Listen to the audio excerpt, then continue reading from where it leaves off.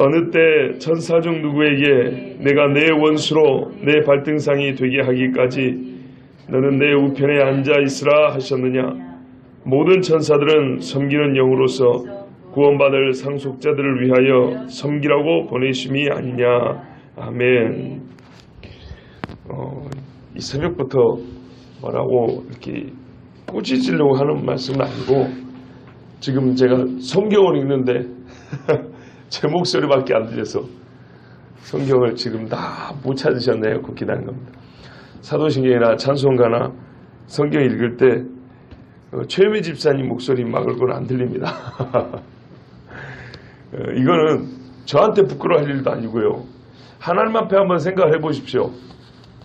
충분히 옆에 사람이 들을 수 있는 정도로 목소리를 크게 할 수 있는데 너무 얌전한 것은 겸손도 아니고 예의도 아닙니다. 오히려 하나님 앞에는 반대로 될 수 있는 거예요. 예.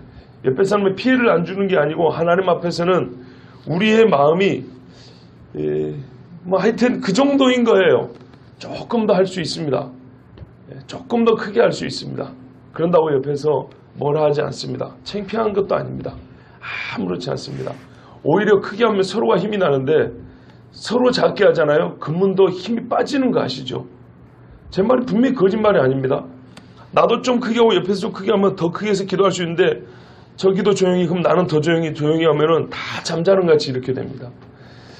교회가 서로가 으쌰으쌰 하지 않은 그런 분위기가 있는다고 말은 다 하지만 남한테 미루지 말고 내가 하면 됩니다. 내가 조금 더 힘을 내면 됩니다.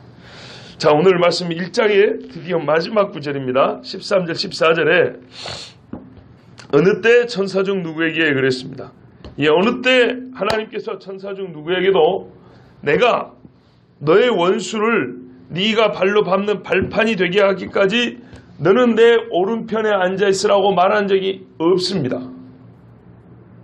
한 번도 하나님이 사람에게도 천사에게도 이렇게 말한 적이 없습니다. 이거는 우리가 어제 그제 본 대로 하나님이 자기 아들, 주가 되신 자기 아들에게 친히 하신 말씀입니다.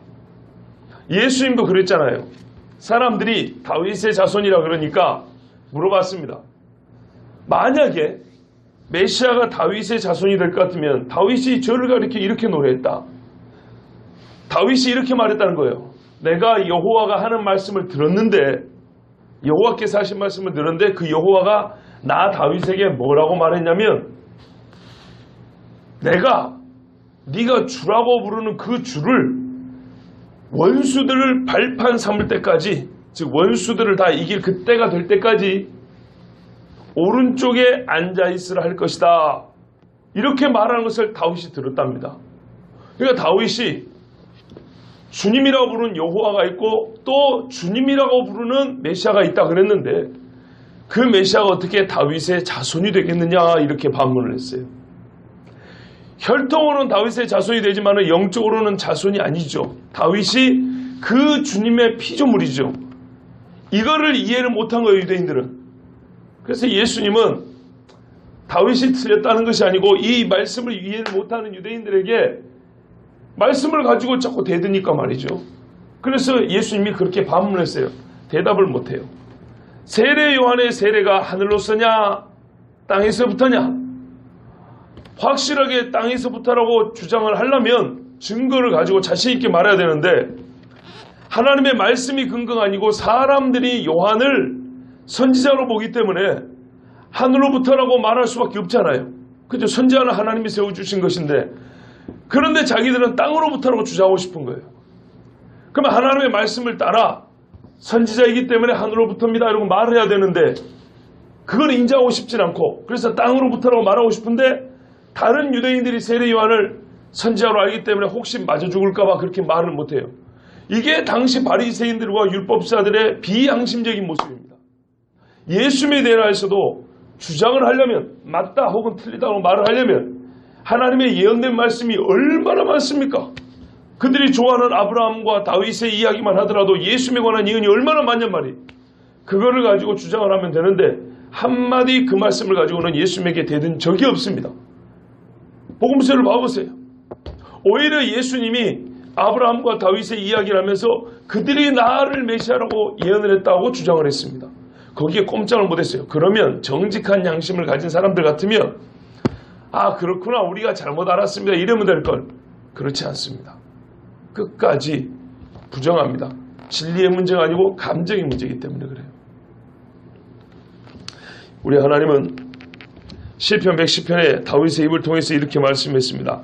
중보자 사역을 마치신 아들 예수님은 본래 신으로서의 성자 말고요. 우리가 말씀드렸습니다. 처음에 신성을 가진 예수님은 우리가 이제 이름을 예수라지만 육신을 입기 전에 그 성삼위 일체의 제2위격 되신 하나님은 성경에 우리가 그 이름을 알지 못하고 구약에는 말씀이요 지혜라고 표현을 했습니다. 그런데 그분이 육체로 입고 왔을 때 2000년 전에 이 땅에 마리아의 태를 통해서 육체로 입고 올 때에 우리가 알지 못했던 그 신이신 그분이 육체로 입고 올 때에 그 이름을 예수라 부른다 그랬습니다. 그때부터 존재했다는 게 아니에요. 우리가 아는 바로는 그 육체를 입으신 예수 하나님을 이름을 예수라고 부른 거예요. 아 주여, 성부 하나님이 영원부터 계셨지만은 모세가 이름이 무엇입니까라고 물어볼 때 나는 스스로 있는 자 여호와라 이렇게 말씀했죠. 그때부터 우리는 그분을 여호와라 부른 거예요. 하나님이 그때부터 존재한 게 아니고 성자 예수님이 2000년 전에 마리아의 뱃속에 생길 때부터 존재한 게 아니고 영원부터 계신 성삼위일체 하나님 분리되지 않는 하나님인데 계시된 바는 우리에게 알려지신 바는 우리 눈에 보인 바는 2000년 전에 육체로 예수라는 이름을 갖고 올 때 우리가 알게 된 거예요. 근데 왜 오셨어요? 우리의 죄사함을 위하여서 중보자의 사역, 하나님과 죄인 사이에 서 계시는 중보자로 오시려고 육체로 입으신 거죠. 그래서 이때는 낮아지시고 종의 사역을 감당하러 오신 겁니다. 그래서 이 종의 사역을 감당했을 때에 하나님께서는 그 사명을 완성하신 분에게 합당한 영광을 주셨어요. 그렇죠. 종의 형체를 가져 사람의 모양으로 죽기까지 복종하셨으니 이제는 어떻게 해요? 영광의 이름, 천하 만물이 무릎 꿇고 복종하는 이름, 만주의 주여 만왕의 왕이요 심판자 되신 그 이름을 주셨다 그 말입니다. 바로 이 말씀입니다. 육체로 이 땅에 올 때는 죽으러 왔지만 죽으신 후에 아들 예수님은 어떻게 하냐면 내 우편에 앉으라 그랬어요. 본시 하나님이 동등되지만 중보자 사역을 한 그분이 아들이었고 그 사역을 완성하셨기 때문에 그에 합당한 모든 만물에게 구원 얻을 길을 열어주신 유일한 중보자이기 때문에 즉 하나님밖에 할 수 없는 그 일을 육체를 입으시고 또한 하나님으로서 또한 인간으로서 하셨기 때문에 거기에 합당한 영광이 바로 하나님의 보좌 우편이었어요. 천사는 우리가 죽은 적이 없지요. 하나님 우편을 허락받을 수가 없습니다. 그래서 천사 중 누구에는 내가 네 원수를 내 발등상이 되기까지 너는 내 우편에 앉아있으라 하신 적이 없다 그랬습니다. 천사는 섬기는 영이지요. 하나님 우편은 다스리는 자리고요. 통치하는 자리지 섬기는 자리가 아닙니다. 예수님께서도 내 보좌에 함께 앉기를 그랬습니다. 그의 제자들이 사명을 완수할 때에는 내 보좌에 함께 앉아 1000년 동안 왕노릇하리라 그랬습니다. 이 자리는 왕노릇하는 자리지 종노릇하는 자리가 아닙니다. 그런데 확연히 오늘 본문에 뭐냐면 천사는 섬기는 영이라고 그랬고요. 그죠? 아들 예수님은 보좌 우편에 앉는다 그랬어요. 다스리는 자리에 앉게 한다 그랬어요. 엄밀히 말하자면 더 이상의 설명이 필요 없는 종지부를 찍은 겁니다. 아들과 천사의 지위를 확연하게 이렇게 구별하여서 종지부를 찍은 겁니다. 이 성자 예수님이 원수를 발등상 되게 하기까지, 원수를 발판 되게 하기까지 보좌에 앉기만 하시냐? 그렇지는 않습니다. 보좌에 앉아 계시는 건 당연하고 친히 원수를 멸하는 일도 합니다. 그리고 심판합니다.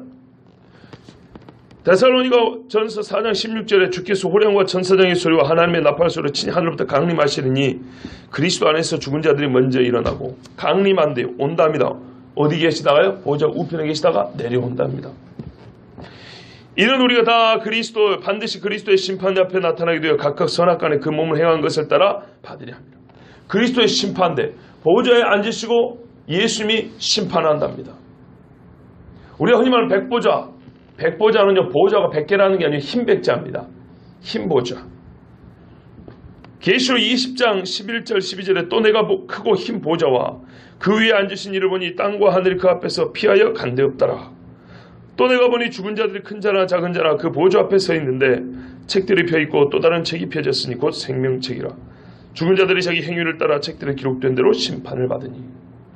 아까 그리스도의 심판대 앞에 서리라 그랬죠.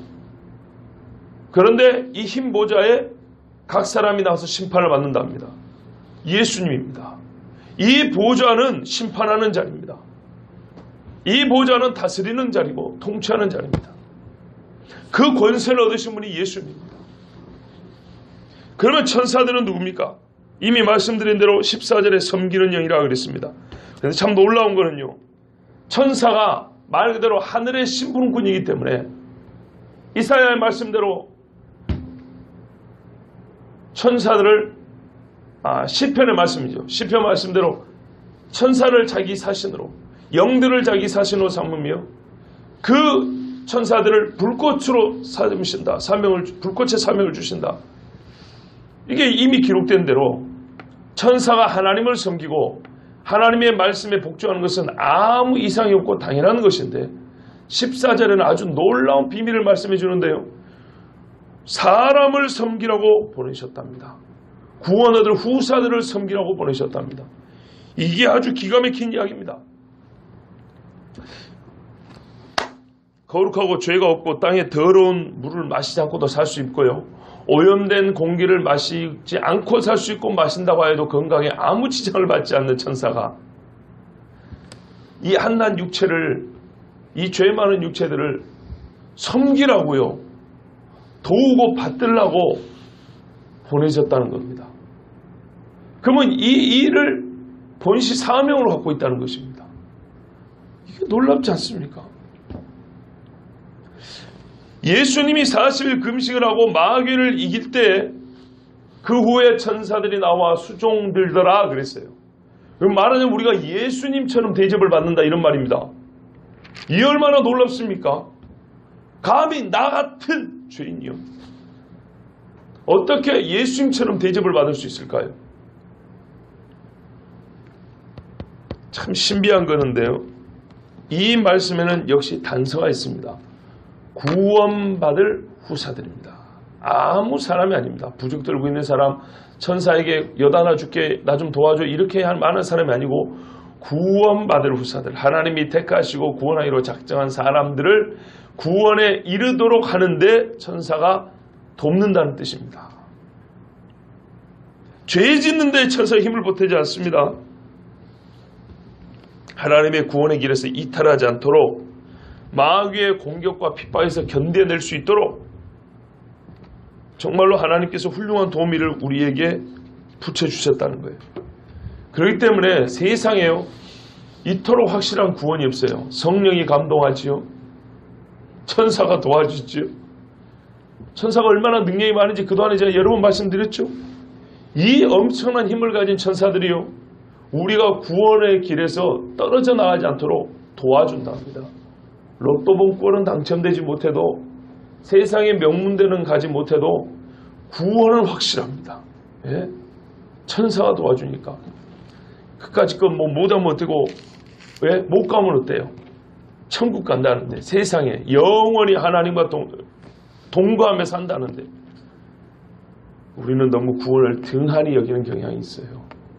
그래서 2장을 한번 보십시오. 이렇게까지 비교를 합니다. 그런 다음에 뭐라 하는지 아십니까? 세상에 이 큰 구원을 하나님이 주셨단다. 그러니 이 구원을 등한히 여기면 얼마나 큰 심판을 받겠느냐 그럽니다. 내일 보겠지만 제가 한번 읽어드리겠습니다. 그러므로 우리는 들은 것에 더욱 유념함으로, 우리 여기까지 들었잖아요. 하나님의 아들 예수가 얼마나 위대하고 얼마나 귀한 분인지 알았잖아요. 더욱 유념함으로 우리가 흘러 떠내려가지 않도록 함이 마땅하니라. 천사들을 통하여 하신 말씀이 견고하게 되어 모든 범죄함과 순종하지 아니함이 공정한 보응을 받았거든 우리가 이같이 큰 구원을 등한히 여기면 어찌 그 보응을 피하리요. 이 구원은 처음에 주로 말씀하신 바요, 듣는 자들이 우리에게 확증한 바라 그랬어요. 예? 이 큰 구원을 등한히 여겨요. 제가 주일날 말씀드렸죠. 주일날인가 그 전인가 하나님의 말씀을 개똥 취급한다고요. 개밥 취급한다고. 개밥. 예? 이 큰 구원을 그래요. 개똥 취급을 해요. 바울은 세상에 알았다는 것을 배설물 똥 취급을 했는데 이 시대 사람들은 하나님의 말씀 이 구원의 소식을 개똥 취급한다고요. 그러면 천사들이 구원 얻을 후사들을 어떻게 섬길까요? 그 신뢰가 성경에 많이 나와 있습니다. 예를 들어서 몇 가지를 말씀드렸습니다. 첫 번째는요.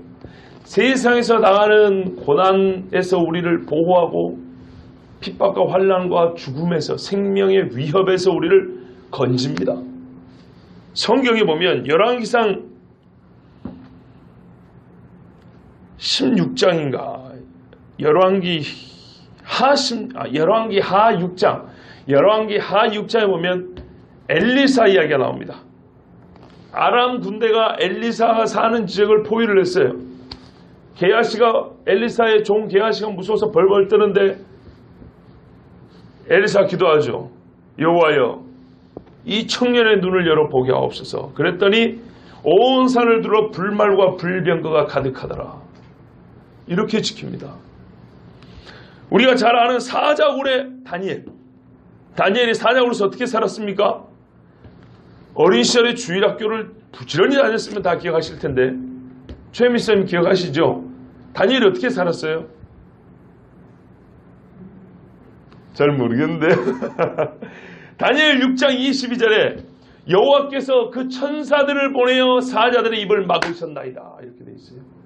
천사들의 입을 막았대요. 그럼 다니엘만 그랬습니까? 그 친구들은요? 친구들은 어떻게 했습니까? 아니 풀무불 속에 넣은 자는 3명이 아니냐? 그런데 어찌하여 4명이 저기서 뛰는 거 그리고 그 넷째 모양은 사람의 모양이 아니고 신들의 아들과 같도다. 예? 천사를 말하죠. 이렇게 구원해 줍니다. 사도행전 5장에 보면 대제사장들과 그 함께는 사도행전들의 당파가 마음의 시기가 미움이 가득해가지고 제자들을 잡았다 그랬습니다. 근데 제자들을 잡아놨는데 옥에 가두어놨는데 주의 사자가 밤에 옥문을 열고 끌어내어 가서 성전에 서서 이 생명의 말씀을 다 백성에게 말하라 그랬어요. 다. 그래서 제가 다 말하느라고 이렇게 바빠요. 다 말하라 그랬어요. 쉬운 거 맨날 듣던 거 말고 아는 것든 모르는 것든 쉽든 어렵든 간에 듣기 편하든 불편하든 간에 다 말하라 그랬어요. 다 말하라고 그 어려운 옥에 가가지고 옥문을 열어서 끌어내 준 거예요. 하나님의 말씀을 다 말하라고 지금 이 자유를 준 거예요. 베드로가 잡혔습니다. 사도행전 12장에. 여러분 잘 아시죠? 천사가 사람을 폭행한 사건 아시죠? 베드로의 옆구리를 뻥뻥 걷어찼어요. 옥문을 열고. 베드로가 얼마나 깊이 자고 있었냐면 그때 당시에 두 간수가 사슬을 묶어가지고 같이 자고 있었어요. 베드로 도망칠까봐. 왜냐면 베드로는 1급이잖아요. 1급 사형수입니다. 연못만 무너지면 교회가 무너지는 것은 일도 아니에요. 그래서 두 사슬에 묶여 자고 있었다 그랬어요. 도망갈까봐. 그리고 옥문 앞에는 간수가 둘이 또 지켜 있었다 그랬어요. 두 사람은 수갑 잡고 같이 간수들이 자고 있었고 둘이는 또 앞에 문 앞에 자고 있었다 그랬어요. 그런데 다 간지온지도 몰라요. 사도행전에 보면 제가 정확히 기억은 안 나는데요. 베드로 때인지 아까 그 5장의 제자들 여러 제자들 때인지 모르지만 똑바로 못 지켰다고 사형시켜버렸어요. 간수들. 그런데 이 4명이 지켜있는데도 천사 와서 발로 걷어차가지고 끌어내 갔습니다. 베드로 본인도 성 밖에 나갈 때까지 이게 꿈인지 생신인지 구분을 못했다 할 정도였습니다. 그뿐 아닙니다. 소돔과 고모라에 천사가 둘이 갔습니다. 그래가지고 롯에게 말합니다. 저 동성 강간하자고, 동성 연애도 아니고 강간하자고 온 남자들의 눈을 어둡게 하고 지켜준 다음에 하나님께서 불과 유황을 내려서 이 성을 멸할 것이다. 너와 너희 집에 속한 자가 누구냐? 다 이 밤에 떠나라 그랬어요. 사위들은 농담을 안 했고 아내하고 딸만 둘이 있었는데 롯이 주저하기 할 때 천사 둘이서 손을 잡고 끌어냈다고 되어 있습니다. 그냥 간 게 아니에요. 예를 들어서 롯이 여기 있다면 천사 둘이서 이렇게 잡고 옆에 딸 들고 아내 손을 잡고 막 끌어냈다고 그랬어요. 그 사람들이, 그러나 롯이 지체하며 그 사람들이 사람의 모양으로 나타났기 때문에 사람이라는 겁니다. 롯의 손과 그 아내의 손과 두 딸의 손을 잡아 인도하여 성 밖에 두니 여호와께서 그에게 자비를 더하심이었더라 그랬어요. 시편 34편 7절에 이외에도 많이 있습니다만은 종합적으로 시편 34편 7절에 여호와의 천사가 주를 경외하는 자를 둘러 진치고 그들을 건지시는도다. 아멘. 이렇게 말씀했어요. 이거는 유대인들이 경험한 바고 그들의 신앙 고백입니다. 하나님께서는 천사들을 통하여 진을 치고 건져주신다 그랬어요. 두 번째, 천사들이 어떤 일을 하냐, 어떻게 섬기냐, 생명의 길에서 벗어나지 않도록, 즉 율법을 지키며 살아갈 수 있도록 하고 또한 지혜를 줍니다. 삶의 지혜를 줍니다. 그러니까는 삶을 헛되게 살지 않냐고 바르고 곧은 길로 하나님의 말씀의 이 정도 안에서 걸어갈 수 있도록 옆에서 이렇게 붙들어주고 도와줍니다. 아까는 친히 생명의 위에서 건져주고요, 끄집어내주고요, 평상시에는 우리에게 지혜와 지각을 주고 명철을 준다 이런 말입니다. 창세기 24장 7절에 다메섹 사람 엘리에셀이 아브라함의 명을 받아서 밧단 아람으로 이삭의 철을 구하려 여행을 떠납니다. 그 전에 아브라함이 이 엘리에셀 종을 앞에 두고 맹세를 시키고 기도를 합니다. 그 기도에 뭐라 하냐면 여호와 하나님께서, 본문에는 그가 그랬지만 여기는 그는 여호와죠. 여호와께서 그 사자를 너보다 앞서 보내실지라 그랬어요. 천사를 먼저 보내서 네가 우리 며느리감 구하는데 어렵지 않게 할 거라 그랬고요. 엘리에셀은 가가지고 기도했어요. 여호와여 순적히 만나게 하사 주의 종 아브라함에게 복을 주소서. 그럴 때 리브가가 물길로 오는 것을 봤어요.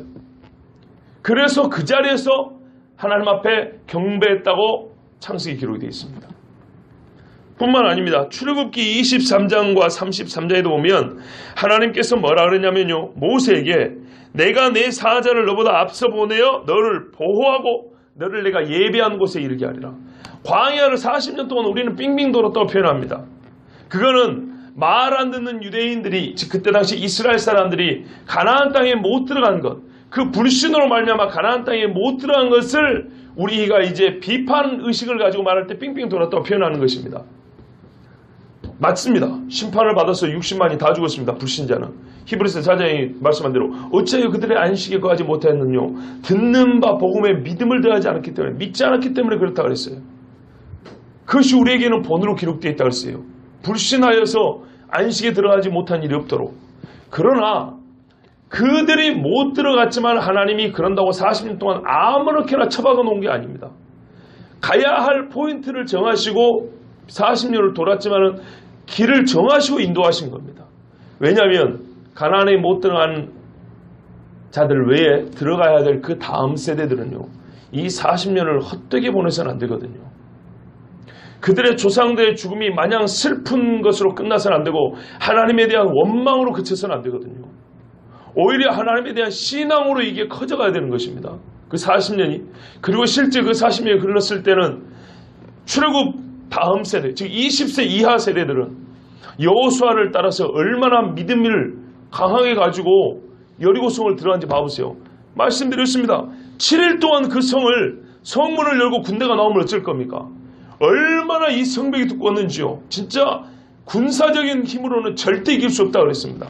그런데 일주일 동안 사람들이, 온 백성이 그 사람들이 한 바퀴 도는 시간 얼마나 걸리겠습니까? 말 한마디 않고, 어린애들까지 말 한마디 않고 돌 수 있다. 수십만 내지는 수백만이. 이건 엄청난 신앙입니다. 광야 40년을 헛되게 보낸 거 아닙니다. 하나님께서는 광야에 사자를 보내서 앞서서 모세 앞에서 갈 길을 인도하라 그랬습니다. 그런데 이게 어떻게 맞냐면요, 출애굽기에 보면 언약궤가 항상 먼저 출발합니다. 성막을 걷어가지고 레위 자손들이 지고 이고 끌고 해가지고 이스라엘 본대보다 한 3일 길쯤 먼저 간다고 되어 있습니다. 그래서 먼저 가서 자리를 잡으면 그 다음에 이스라엘 사람들이 와서 그 자리에서 장막을 치게 되어 있습니다. 그런데 이 장막을 걷어서 갈 때 어떻게 갑니까? 사인이 뭡니까? 구름이 장막에서 떠올라가면 하나님께서는 전사를 통해 이렇게 갈 길을 인도하신 겁니다. 우리 이거는 구분해서 이해해야 됩니다.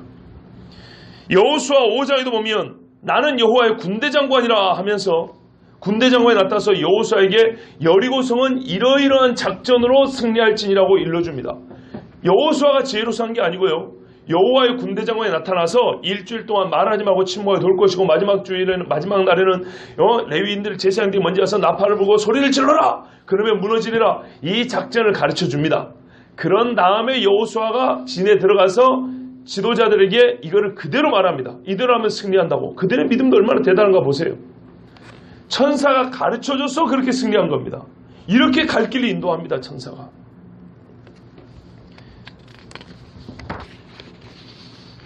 또 마태복음이나 누가복음을 보면 예수님의 출생 이야기가 나와 있는데요. 요셉이 마리아 데려오기를 무지하게 싫어했죠. 무서워했죠. 그런데 꿈에 천사가 현몽하여 또 애굽으로 피신하라. 헤롯이 죽이려 한다. 꿈에 천사가 현몽하여 헤롯이 죽었으니 다시 유대 땅으로 돌아와라. 꿈에 천사가 나타나 말해줬다 그랬습니다. 동방 박사들도 꿈에 고향으로 돌아갈 때 다른 길로 가려는 지시하심을 받아 다른 길로 갔다 그랬어요. 아마 그때도 천사가 나타났을 거고 마리아에게 온 이도 천사입니다. 천사가 나타나서 바른 길을 가르쳐 줬습니다. 자, 지난 성탄 가까워서 그런 설교했었던 기억이 있습니다.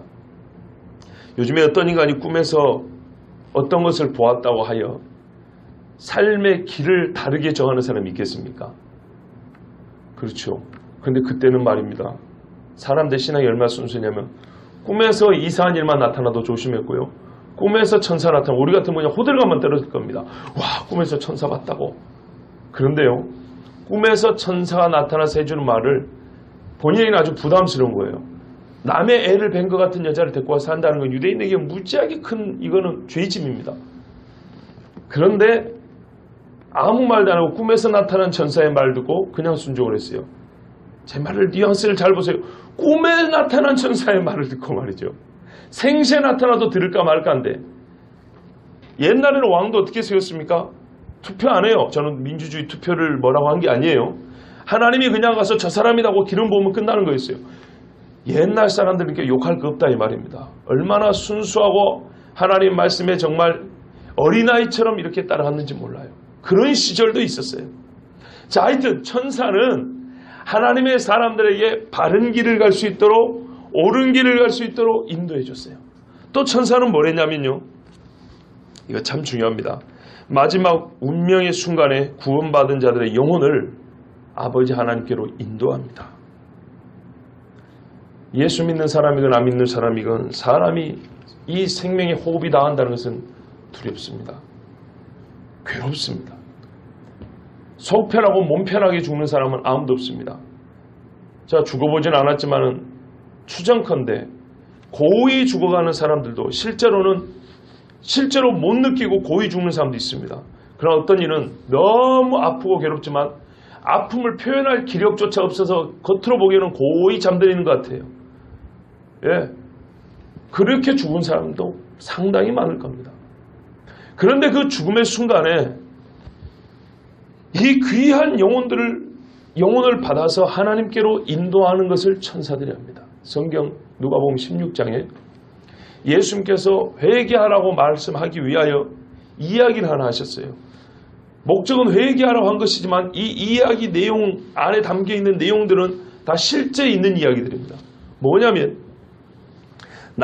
거지 나사로가 부잣집에서 헌대를 앓다가 죽어가지고 하나님 아브라함 품에 앉아있고 그리고 부자도 죽어 음부 불꽃 가운데 있다 그랬지 않습니까? 이거는 사실입니다.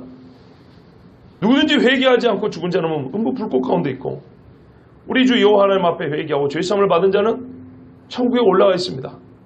말하자면 아브라함의 품이라는 건 유대인들에 있어서 가장 최고의 안식의 상태죠. 그런데 뭐라 그러냐면 천사들에게 받들려 이렇게 돼 있어요. 천사들에게 받들려 아브라함의 품에 들어가고 아브라함의 품까지 천사들이 그 영혼을 받아서 인도해 간다는 겁니다.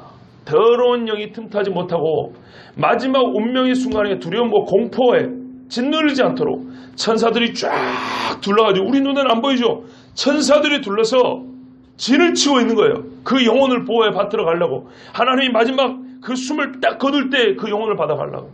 가끔 우리가 진짜로 영적인 눈이 열려서 그 순간, 운명의 순간을 말하는 사람들이 있습니다.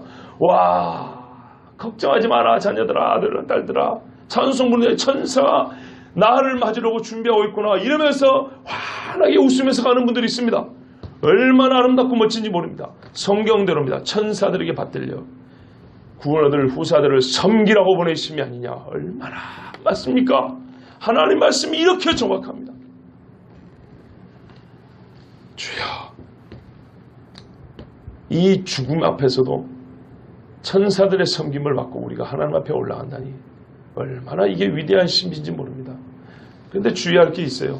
로마 카톨릭에서는 이렇게 말합니다. 수호 천사가 있다. 옛날에 목사님들도 그렇게 가르치는 분들이 있었어요.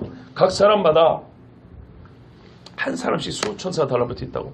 여러분, 이거는 카톨릭식 해석입니다. 성경에는 그런 말 한 구절도 없습니다.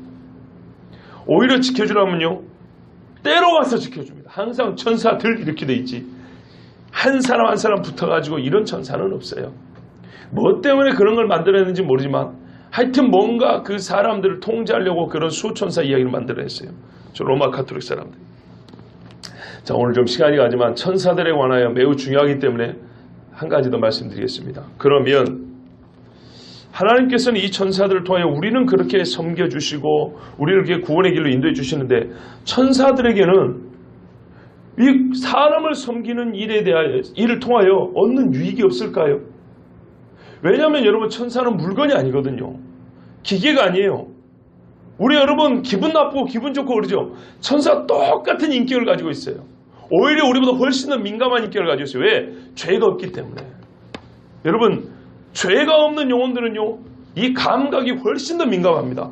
그렇죠? 건강한 사람일수록 이 뭐랄까요, 오염에 대해서 훨씬 민감합니다. 건강한 코를 가진 사람은 냄새에 민감하죠. 건강한 귀를 가진 사람은 듣는 것에 민감합니다. 맞습니까? 네, 맞아요. 타락하지 않는 거룩한 천사들은요, 훨씬 더 영적으로 민감합니다. 감정적으로 민감해요. 그러면 우리가 좀 터놓고 얘기하면, 아니 이 죄인 인간들, 이 땅에 이 버르지같던 못한 인간들을 섬기는데 천사들 자존심 상하지 않을까요? 왜 제가 이런 말씀 드리냐면, 하나님 섬기는 것도 고깝다고 반역을 일으킨 천사 아닙니까? 그렇잖아요.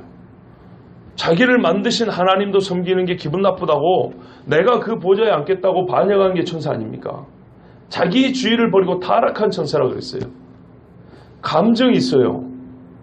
똑같아요, 인간하고. 더 감정이 민감해요, 민감해. 그런데 이 하잘것없는 사람을 섬기라고 하늘에서 땅으로 보냈어요, 세상에. 가라고. 기분 나쁘지 않겠습니까? 주여. 첫 번째는요, 이 섬기라고 보냄받은 천사들이 받는 유익이 있어요. 그냥 기분 나쁜 것이 아니고, 그게 뭐냐면 하나님께서 사람을 구원하는 일보다 귀히 여기는 일이 없지요. 자기 주인이 하는 가장 귀한 일에 쓰임을 받는. 예. 우리가 천사가 아니라서 잘 모르지만 우리가 정말 그 훌륭한 주인 밑에서 섬기는 종이라고 한번 생각해 보세요.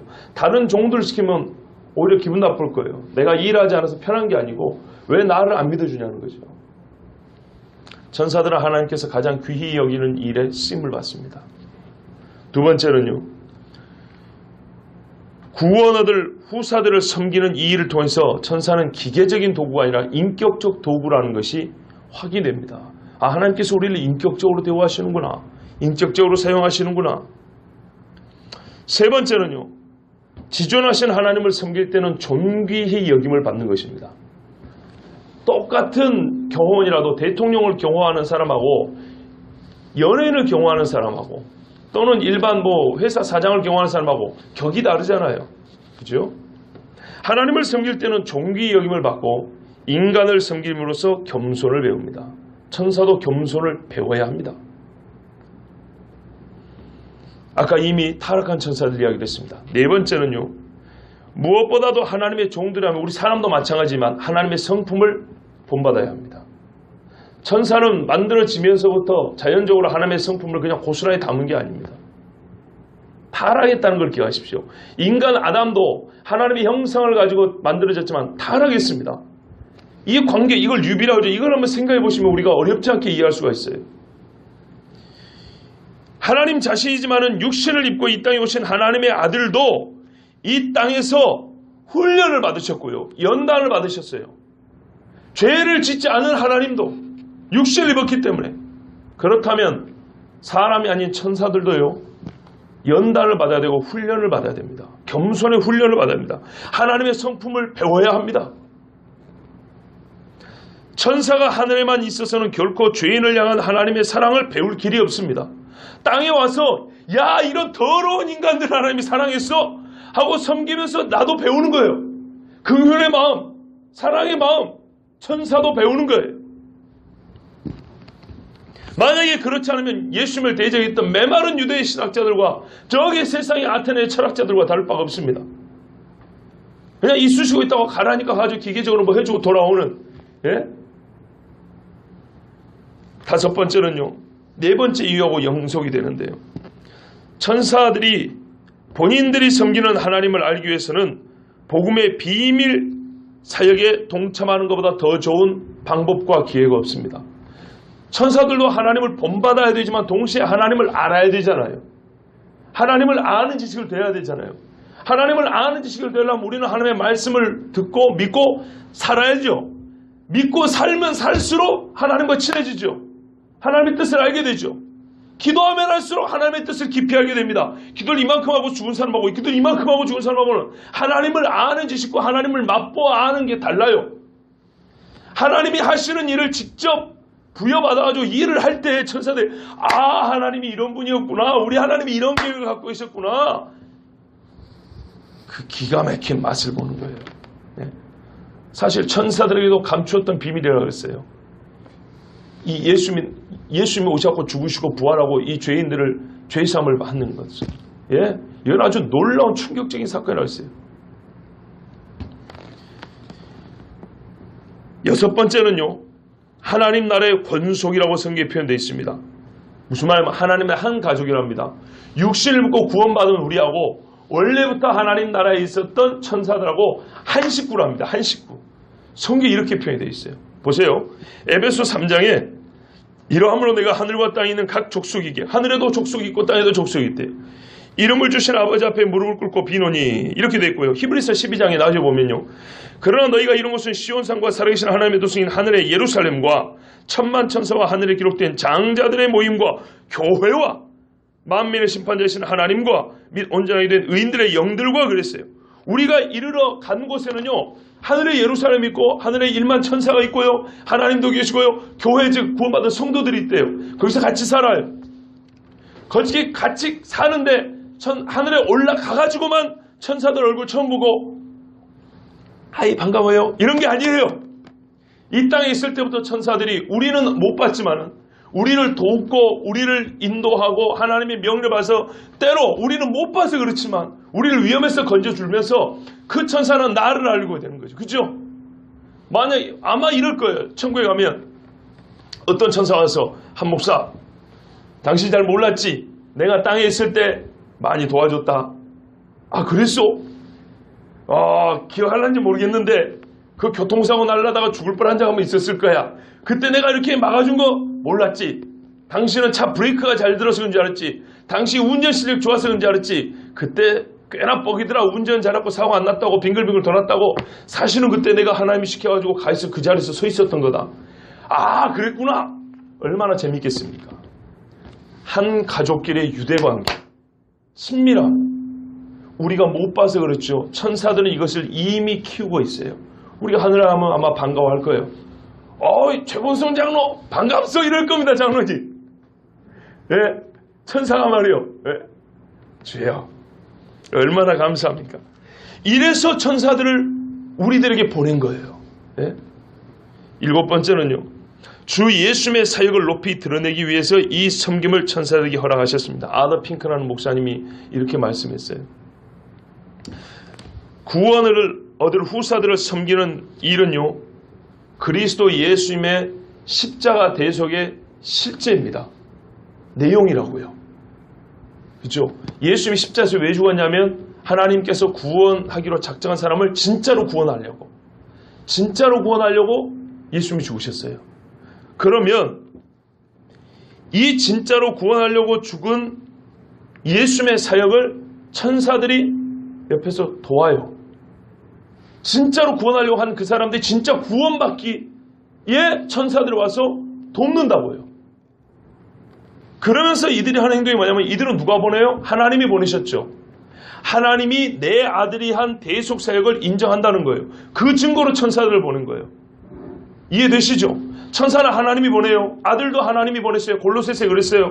골로새서에 우리가 잘 읽었다면 1장에 보면 처음부터 뭐라 됐냐면 아버지께서는 모든 충만으로 예수 안에 거하게 하시고 그의 십자가의 피로 화평을 이루사 만물고 땅에 있는 것들이나 하늘에 있는 것들을 그로 말미암아 자기와 화목하게 되기를 기뻐하심이라. 아버지께서 아들을 통해 일하셨지만 주어 일하시는 분은 누구냐? 아버지께서 거하게 하시고 아버지께서 화평을 이루사 아버지께서 화목하게 되기를 기뻐하심이라. 기뻐하시는 이는 아버지예요. 그래서 아버지가 보냈다고 그랬어요. 아버지가. 아버지가 아들을 보내고 구원하셨고요. 이 구원하라고 보낸 아들의 일이 내 뜻에 합당하고 잘했다고 인정을 했어요. 확증을 했어요. 그것이 바로 천사를 보낸 거예요. 천사를 보내지 않았으면 예수님이 하신 일이 아직 제대로 안 됐다는 건데 천사를 보냈다는 말은 아들이 한 일이 충분했다 이 말입니다. 성취됐다 이 말입니다. 성취된 그 사역을 천사를 보내서 확증한 거예요. 왜요? 천사는 이제 거두기만 하면 되니까요. 천사가 십자가에 죽는 것을 도왔다는 얘기가 버텼다는 게 아니에요. 거두는 일에 천사가 돕고 있다는 거예요. 섬기고 있다는 거예요. 어째서 거둘 수가 있죠? 예수님의 십자가가 충분하고 그 대속의 죽음이 하나님 앞에는 만족되었으니까, 완성되었으니까 그런 거예요. 예수님의 구원 사역이 완성되었음을 천사들이 증거하는 겁니다. 천사가 도우는 것이. 그래서 예수님을 이렇게 또한 높이게 돼요. 자기의 섬기는 주인을 높이게 된다 이 말입니다. 우리는 거두는 것일 뿐입니다. 결론적으로 천사가 구원받을 후사들을 보호하고 건지고 인도하는 일은 하늘에 계신 아버지께서 우리를 고아와 같이 내버려 두지 아니하시고 친히 그 하나님이 우리를 보호하시고 건지시고 함께 하신다는 증표입니다. 왜냐하면 14절 후반부에 보내셨다 그랬어요. 천사가 마음이 좋아가지고 우리가 이뻐서 온 거 아닙니다. 자기들끼리 회의해가지고 야 나는 저 사람을 좀 도와야 되겠으니까 나 좀 보내줘 이런 게 아닙니다. 하나님께서 주권적으로 계획하시고 작정하시고 너는 저리 가서 내 말을 전하라. 저쪽으로 좀 옮겨라. 저 좀 끄집어내라. 저 좀 사자 입 좀 막으라. 저 갈 길을 저 안 되겠다. 네가 좀 인도해라. 하나님께서 이렇게 명령해서 보내신 거예요. 천사에 나타남은 하나님 임마누엘 하나님의 증표입니다. 우리를 사랑하는 하나님의 증표입니다. 그러므로 우리는 하나님 앞에 어찌해야 되냐면 감사하고 찬송해야 돼요. 혹시나 천사를 보는 일이 있으면 천사 앞에 어리석게도 머리 숙이고 무릎 꿇지 마시고 하나님께 제단을 쌓고 경배하십시오. 천사의 도움의 소식을 어디선가 간증으로 들었다면 그 사람에게 이렇게 말했어요. 하나님께 감사하고 당신이 믿는 바 도리, 믿음의 도리 곧 주 예수 그리스도를 확실히 붙잡으라고. 그 증거로 하나님이 천사를 주셨으니까 이렇게 말씀하십시오. 와 대단하고 신기한 체험했다. 나도 그 체험 좀 해봤으면 좋겠다. 그거를 꼭 봐야 믿습니까? 안 보고도 믿을 수 있잖아요. 우리가 지금 여기 앉아있는 것이 이미 하나님의 천사를 통해 우리를 지키시고 보호하시고 인도하신다는 증거입니다. 그렇지 않다면 우리는 이 자리에 설 수가 없습니다.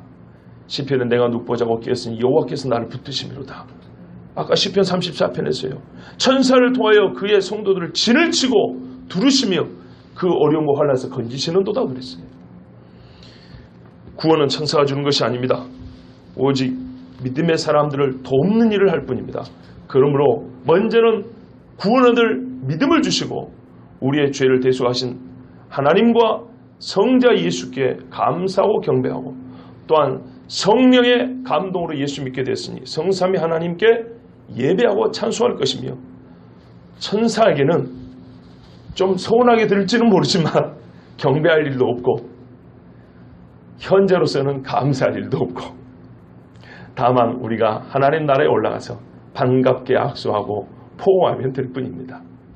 구원 얻을 후사들을 섬기라고 천사를 보내주셨습니다. 이 말씀은 곧 천사는 아들과 비교할 수 없다고 주신 말씀이니 오직 우리는 그 아들을 통하여 주신 구원을 단단히 붙잡고 주님 나라에 이룰 수 있기를 주의 이름으로 축복합니다.